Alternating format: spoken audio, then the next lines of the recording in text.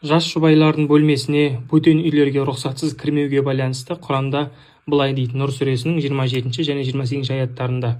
Астағфирулла. Я айюхаллазина аману, ва иман келтіргендер, ла тадхулу буютан гайра буютикум хатта тастанису ва тусаллиму аля ахлиха. Өзге үйлерге, басқа бір үйлерге рұқсат бермейінше, үй иесі және де үй иесіне сәлем бермейінше кірмеңдер. Ла тадхулу. Не үшін деген кезде, заликум хайрул лакум, себебі бұл сендер үшін хайырлы дейді. Лааллакум тазаккарун. Соның байыбына барып, мәніне, хикметіне үңіліп, тереңірек соның байыбына барып түсінерсіңдер дейді. Аяттың жалғасына былай дейді. Фаиллам таджиду фиха ахада. Егер ол жерде ешкімді таппасаңдар, үйде ешкім жоқ болса дейді. Фала тадхулуха хатта юзана лакум. Сендерге рұқсат етілмейінше ол жерге кірмеңдер дейді, ол үйге.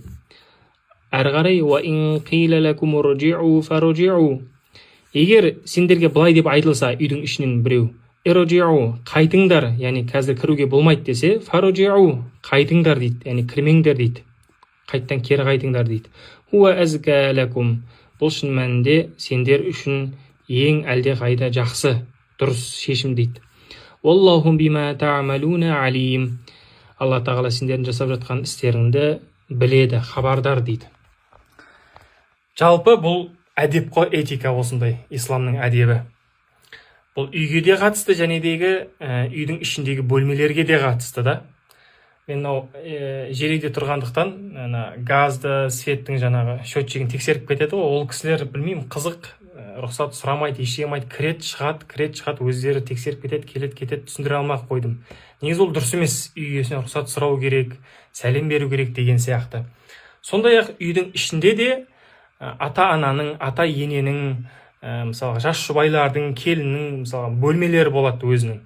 Оған да сіз рұқсатпен кіру керек. Әйтпесе, ол да бір ыңғайсыз жағдай тудыруы мүмкін. Яғни рұқсатпен, әдеппен болу керек. Жаңағыдай ішіне кіріп алып, тінтіп, қарап, барлығын жаңағыдай рұқсатсыз ат жөн жоқ кіріп кете беру, бұл әдепке жатпайды. Осыны бізге Құранда баяндап отыр.